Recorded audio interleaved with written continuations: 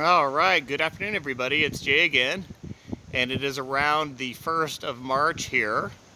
And as you can see, it is a really windy day.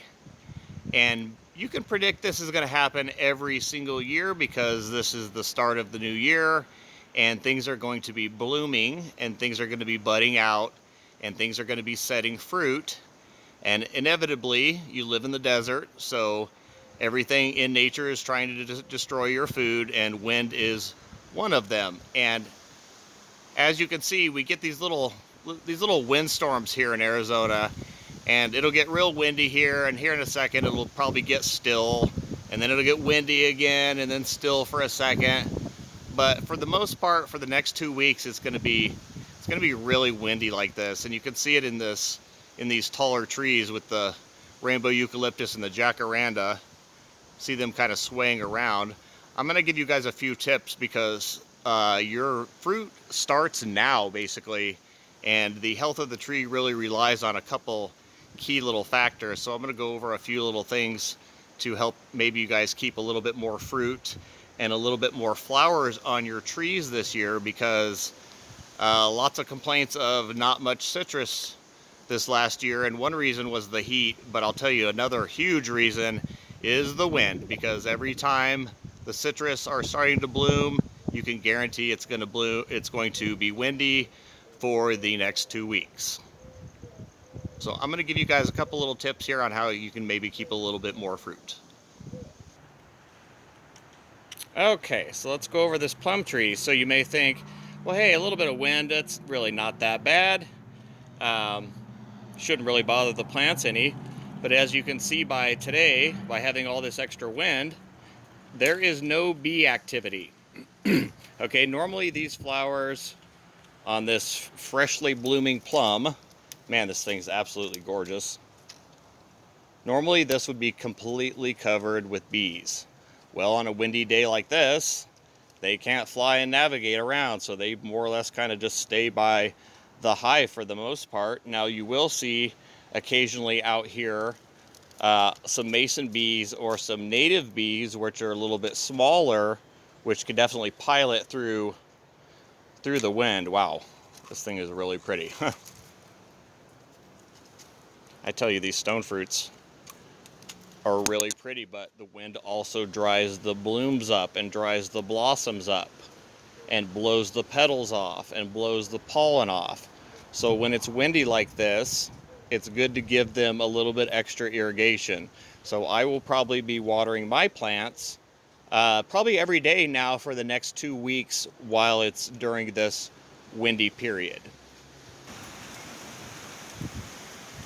Okay, so yeah, here's that wind again. Let's go over citrus, because citrus is a real important one, and this is kind of why I wanted to do this video. Is when you see these things start blooming like this, which I have never seen this amount of blooms on a on a citrus tree. So this thing is loaded full of fruit and loaded full of blooms. Oh my gosh, up in there's so many blooms on this tree that if you want to keep the majority of these, then you need to water right now, because the wind is going to dry these off and blow off these petals and these blooms and the stems that connect them, and you will lose a lot of these blooms and a lot of this fruit during this time period. So that's why you're not getting a lot of citrus later on down the year, is because of right now.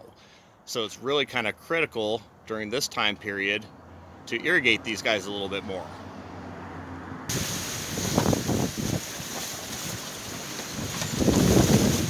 Wow, guys, I didn't really want to do this during the windstorm because you guys probably can't see half the stuff that's going on, but I really kind of wanted you to see how windy it gets and what I mean by this. So now maybe you get a little opportunity to see how it blows here. Now it's going to do this for the next 2 weeks, like I said, probably almost solid.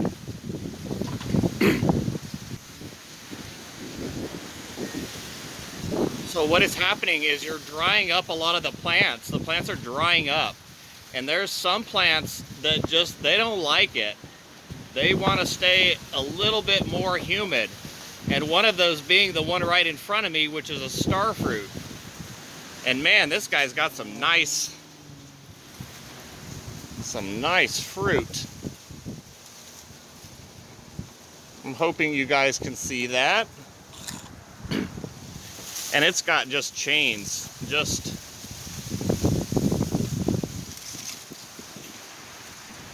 chains of star fruit.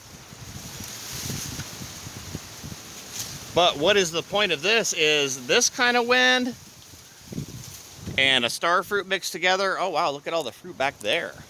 It's got some nice ones back there and back there. Wow, all right. We got some star fruit this year. Oh man, look at those beauties. But a plant like this will not tolerate this wind. Okay, so what I'm gonna have to do is I'm gonna have to go on like extra health patrol, and I'm gonna have to give a lot of these extra plants, or a lot of these plants, some extra water. Because what will happen is this thing is going to desiccate and it's going to lose a lot of these leaves. So real soon here, it's going to start yellowing and losing a lot of its leaves, just like you see here, right? And now that's right about the time I hear from people that I'm overwatering the starfruit tree and it's losing all of its leaves and they're turning yellow, when in fact it dried out, it's losing all the leaves, it needs extra water, and now the person is not watering the plant because they see a lot of its leaves turning yellow. But in fact, a lot of this is usually from wind damage. Wow, look at those fruit. It amazes me the incredible amount of fruit that a star fruit can hold on what small branches that it has. Like, it's pretty shocking. I mean, look at all that weight right there. That's on some teeny little branches. So it's going to dry out.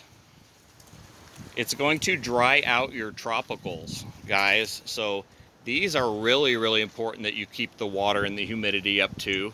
In some cases, there's nothing you can do about it, like this one. I do have it planted by a block wall, which is about as good as I can get as far as some wind protection for this. But just to let you guys know, for the next couple weeks, since things are going to be, one, either cropping out fruit, like this star fruit, or this kumquat, I'll show you here in a second. So they need some extra water, give you some really good fruit right there at the end. Or things are going to be blooming, and so they need a little bit extra water. Or things are going to be waking up, and so they need a little bit extra water too. Let me see if I can show you an example. Okay, so here's a perfect example. And sorry about the wind, guys, but this is sort of what we have to deal with, and that's part of the point of this video. But you see how much fruit are on this kumquat. You see that this thing is just absolutely completely loaded. Well, not only are you getting this fruit, because some of this fruit is ripening up, as you can see, but also it's still got some kind of younger fruit that's not quite ripening. And real soon here, I can see it on the branches there. It's really tiny, you can barely see it. It's gonna have its new growth and it's gonna have its flowers on it soon too. So this is more or less an example of one that is fruiting and flowering and growing all at the same time. So that's why they need a little bit of extra water. Plus they've got the wind beating on top of them also. And I'll give you one more example here. Okay, so the other example is things are just now waking up or budding out. So you can see that this new growth has just started and just come on these plants, right? So it's fresh growth, and now it's really susceptible to the wind because it's been a little warm here lately too. But now you can see that the wind is going to start drying these leaves up, and they're going to get an irregular shape. So instead of coming out as a nice flat leaf like they're supposed to, they're going to come out kind of dried and twisted, and they're almost going to give you the effect or the feeling that it has either a sort of a fungus or maybe like a peach leaf curl. But in fact, that was from the wind, and you can also tell that by, you know, these older leaves are nice and flat, and then it'll be like these kind of twisted leaves, and then it'll go back to some flat leaves here again soon. So the plant kind of gives you a record, more or less, of what has happened. Same on these Apriums. Like, you've got this nice new growth here, but real soon here, it'll show the effects of this windstorm or these last couple weeks of wind. And the next leaves will be sort of smaller and curled up. And then if it's not windy and cool, then they'll be nice and flat again, and so on and so on. So you can more or less look at a plant and tell the record of what has happened to that plant over its time period or over its time span. But yeah, the wind also knocks off all these pretty blossoms, these stone fruit blossoms. And here's an example of that nectaplum with the flowers and the new growth, so you can kind of see how stunning that these do look. They've got the nice purple leaves and then an awesome pink flower that sits on top of it. Man, these are really neat. But you don't want to lose all this. Wow, some of that new growth is so dark purple it's almost black. Like, that is really cool. But when it's windy like this, and for the next however many weeks, it's very important that you water. You want to keep all your mulberries, well, make sure you get a little extra water to them. And then you can sort of put them back to their normal schedule. So in other words, you're watering. What is the watering schedule for Arizona? Well, it's whatever's happening outside at the time.